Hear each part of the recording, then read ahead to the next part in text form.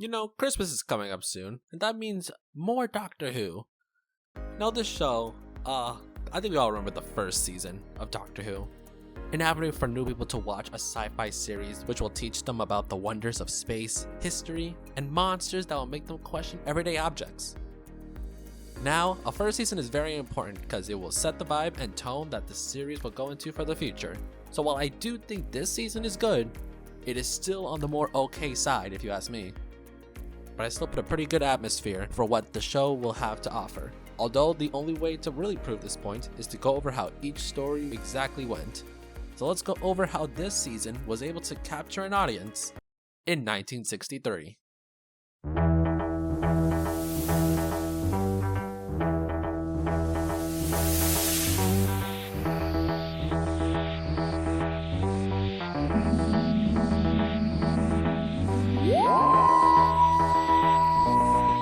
Created by Sidney Newman and Verity Lambert, the series jump-started the Doctor Who and adventures for their companions for over 60 years.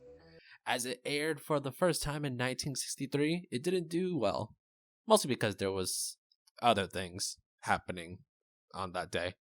But when it aired the next time, a week later, it hit a chord with the UK public, with later becoming a cult classic all over the world. While this first season definitely has its rough patches, it didn't stop my newly found classic Who binge and compulsive need to talk about it on the internet. So let's get started to the stories. So as the serials have multiple parts of them, I'm only going to go for each story, not episode. So not too much information on them individually, if that makes sense. Now the first Doctor Who story, the one that will push this series into a time vortex for generations to see, astonish, and make too many headcanons to justify the plot holes. I mean, it's alright. I think if you hear anyone talk about the first story, most praise will come from the first part, and that's it. Establishing Susan and her teachers Ian and Barbara, the old grouchy doctor and his unique telephone box, the ambiguity of where they came from, how it all happens, and how the time travel works. It just flows so well that by the moment the famous cliffhanger of the TARDIS on the hill appears, you feel like it's only been 10 minutes. But then the rest of the story is just okay at best.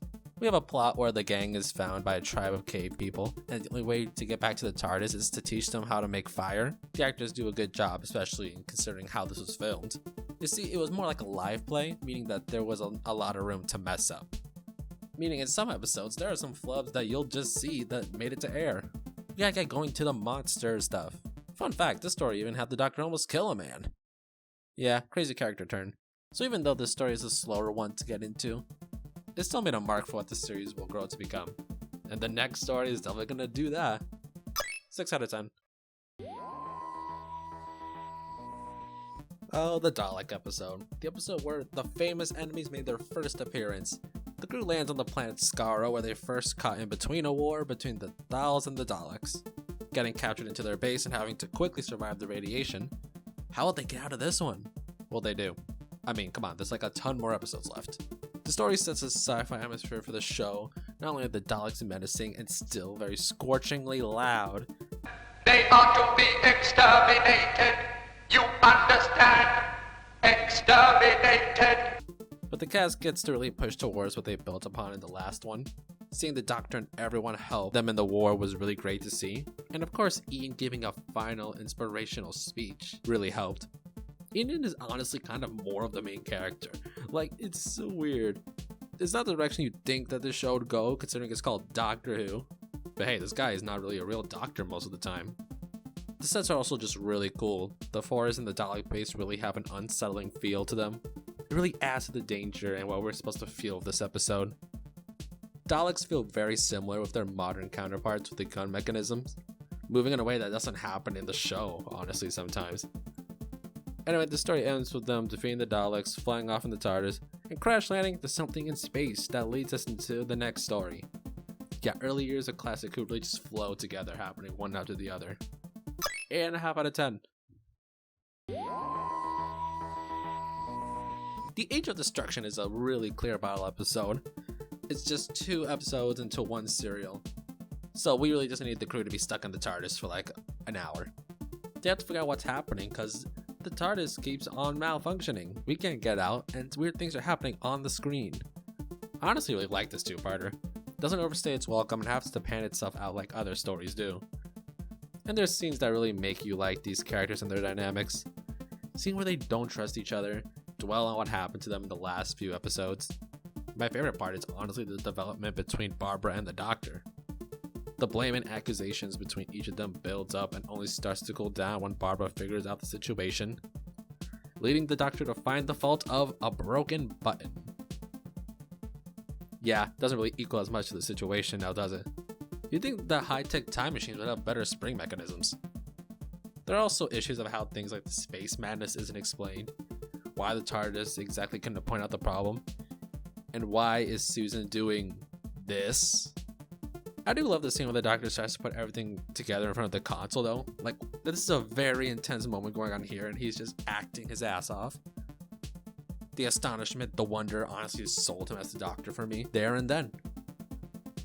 It's a nice little bottle episode, just a flimsy explanation. 7 out of 10.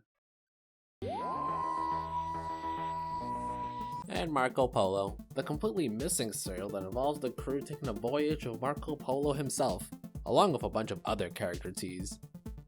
This makes more like a road trip setting, honestly. Not the case with this mini story within this one, but mini problems and speed bumps where they have to kind of take on each one. Not overwinding the main hurdle of getting to Marco's destination in order to fix the TARDIS, which he doesn't let them get to, because you know, blue box, why would you want to? But why does the TARDIS need to be fixed, you ask? Well, long story short, it had a bit of a tune-up since its last serial, you know, exploding in the Big Bang, leaving the Doctor needing to fix it. But when Marco Polo finds him and won't give them the key until they reach their destination, the crew kind of have to play nice and try to earn his trust or find a way to get the TARDIS fixed. The character dynamics are great in the story, from Ian and the conspirators or Marco to the Doctor. I really love the dynamic between Susan and Ping Cho, which is being escorted by Marco in order to get married off. The conflicting ideas of marrying for the right reasons and being able to confide in one another due to their same ages was great to see, especially for Susan, who really just gets relegated to screaming. The set designs and wardrobe is also fantastic. When you see the telesnaps, especially the colored versions, you can't help but just wonder, man, I wish I could see this in actual screen. There will be moments in which you feel like we're kind of panning for time. Either we need to pace things better or cut an episode. I would say this only feels true in the last few, but the story still holds itself. Honestly, great historical episode. I can see why so many people want it back, but it's sad we probably won't ever. Telesnaps are one of the biggest hurdles of watching the classic black and white series for sure. 7.5 out of 10. The Keys of Marinus is kind of like Marco Polo, as in it's a long story that has a theme of a mission going from place to place, but this time with the stories being more contained. The TARDIS crew lands on a strange island where they have to help an old man named Arbiton retrieve the Keys of Marinus, which will control the conscious machine that maintains justice across the alien planet. You know, your basic Doctor Who kind of stuff. All before these creatures in rubber swimsuits called the Boards get control of this machine though. And yes, they do like the weird kind of skimp outfits you'd see in a late night store. I cannot explain it either. The story is long. Well, that's not my thing, but like it kind of feels like long in the half end. Rather with Marco Polo, where only the last two kind of felt like it was panning. There was kind of moments where I felt like some parts were just not really that needed. It contains different mini stories that were resolved with them getting the keys, which was a cool and more exploring change of pace from the last story, but it just loses its rhythm. The Voyages really have no bearing apart from episodes 1 and 6. The overarching story kind of loses its focus in my opinion. Maybe if we had the Voyages chase them in each episode, or even they got a key which we have to steal back, maybe it would have added some variety. I mean, we got to see the first Doctor as a lawyer in court though, which I'll never be opposed to seeing. You can only imagine his smile-snapping mind whizzing at the judge's rulings. But the script is generally just half-baked, honestly. An explanation of this would probably be because Terry Nation got David Whittaker's help in writing the script because of the limited time they had, creating the process of Terry Nation writing the first and sixth episode alone, while the others were with collaboration of Whittaker's help, explaining the lack of momentum within each episode, to be honest. But why did they have a limited time than usual to write this, you might ask? Well, this is because this wasn't originally the plan for this story. Yeah, apparently the previous concept was deemed as problematic, and seeing how this The so-called episode was called The Red Fort, and would have been set during the Indian Mutiny. I can only sweat in embarrassment of what that script might have been. So yeah, probably for the best that this was the outcome, as Classic Who didn't really shine away from the indigenous casting and color washing problems they wrote themselves into for a few episodes. Yeah, let's just move on, alright? Plot needed better structuring, that's it. 6 out of 10. From historical to sci-fi, we come back to another historical episode with the Aztecs. The TARDIS lands in an Aztec tomb where the crew have to find a way back because they accidentally locked themselves out. Don't you hate it when that happens? Oh yeah, Barbara put on some jewelry from the dead person in the tomb, and now she's an Aztec deity. Well, everyone thinks she is. We have a really interesting setup this time around, because while this time they are prone to sacrifices to appease to their gods, Barbara wants to try and convince them that this isn't necessary to do. Which is definitely the key standout for this story, the kind of problem of wanting to change history, but knowing you can't. A problem that will be explored in so many episodes to come. It was really interesting to see Barbara go through this, and Jacqueline Hill absolutely nailed it. The story ending with the killing still happening and Barbara having to deal with this fact, with the Doctor comforting Aid really working for this ending. We even got the Doctor's line of history cannot be changed, not one line. Oh, the smile that brought to my face. Seeing this story obviously influenced the others. Now what of the other characters? Well, we have Susan down the village learning their custom, an excuse for the actors to take some time off. Ian being coaxed into a gladiator warrior that will fight another warrior for sport. Oh, and the Doctor got engaged. Yeah, there's this woman named Kamika who the Doctor meets later in the garden. Yeah, the Doctor needs to get busy while we're changing history. You know, you can't blame the man. But accidentally getting engaged, this man has no bounds for his charm. There are some moments that you might find slow, but overall it's a good story, and a very memorable historical. 7 out of 10. Yeah, you're sensing the pattern by now. We're going back into space for the Sensorites. Specifically though, a space station. Now while this is an obvious space under siege episode through and through, this might have started the inspiration of making those types of episodes a reality. The crew is on a space station that is inhabited by time-frozen pilots, when woken up, are telling us that they are being held hostage by these Sensorites, being revealed by this ominous window shot. Which seems really ominous, but they honestly just give up after the head. Just some highly advanced space party city pajamas. This story is just okay in my opinion. Sensorites have an interesting plot that kind of loses steam the more you watch, and there's just some weird choices as well. Like having the reason why we can't get in the TARDIS because they stole the keyhole. Yeah, they stole the keyhole. I don't know. They also missed an opportunity to have Susan try and prove herself to her grandfather, as an episode states that she's tired of being treated like a child, but just brushed off and doesn't go anywhere. Like she has a psychic connection with the Sensorites and it's almost volunteered to go with them. Like this could have been some great character development for someone who hasn't had much to do halfway through the season. It sucks because I really like Susan and how she reacts to constantly going somewhere and never staying in one place for too long. But she never really changes too much from the pilot like the other characters had. Which is probably why Caroline Ford wanted to leave early on in the next season.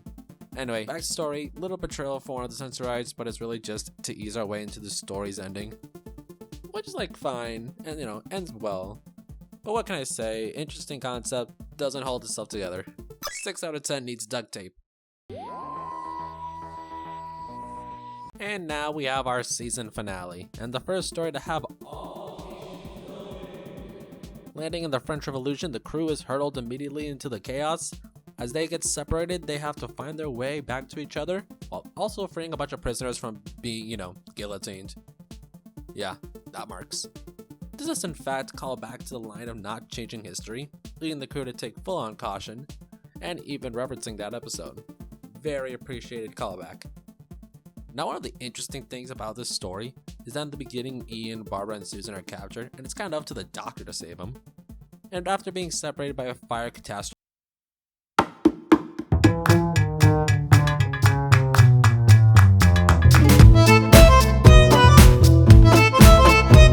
finds that it's up to him to save his friends, which becomes a pretty wild ride considering that according to Susan, the French Revolution is the Doctor's favorite time period. Yeah, kind of out of nowhere, literally out of everywhere, the French Revolution. The Doctor takes solace in this era of chaos, I guess, which after meeting him I can kinda believe. I mean, he not only has a side quest with a few gold miners, but walk like a Chad to Paris. No joke, he just strolls along on a road for who knows how long. The B-roll footage of him walking was like the main reason for the location filming, apparently. The first Doctor was just regenerated differently, what can I tell you? Also, apparently that was a stunt double, because of course William Hartnell couldn't walk that much, but imagine being a stunt double just for the walking scenes. Like, could you take any more honor? Now, as the companions slowly find their way of escaping, the Doctor isn't far away, since he goes into the skies in the most stylish wardrobe I've ever seen. Like, whoa, the drip on this man, it's impeccable. Like, if this was the Doctor's main outfit, I wouldn't be mad. Like, dude, talk about saving your friends in style. But yeah, anyway, we end a conspiracy and we head back to the TARDIS. But honestly, this story really struggled to hold my attention, which is sad that this season kind of ends with 2 back-to-back average episodes. The historical bits were interesting enough though. Apparently some parts were inaccurate, but I could suggest that this episode alone for the Doctor's style and determination is worth all of it. 6 out of 10. And yeah, that's the first season of Doctor Who. And while it's not as great as the next few classic seasons I've been watching, it's definitely not bad. This was definitely them figuring out their formula and what worked and what didn't. Which, seeing what they had, was an amazing growth. Like, I was seeing all throughout the season how future episodes would expand on the different ideas. And of course, with the Dalek Mania, these creatures would return twice in the next season alone. The actors were just perfect for these roles as well. Like, despite some getting used more than others, it was definitely a great start for a Doctor and his companions. The sets, the costumes, and even what they had to work with at the time was just great to see. Like, I could really appreciate what they had to do with the little budget they had. Very similar to current Doctor Who, all throughout its history. And it's funny since that kind of motto never really changes. It's always the underdog of thinking outside the box. It still impresses you today, and when you realize the ingenuity they had, it's kind of insane to think how hectic it was to get this show off the ground. And watching it grow is just crazy on its own. Now, of course, is this set up for me saying that if it's on par or better than the current 2024 season? Well, that's not the point of this video, so I don't have to answer that. Bye!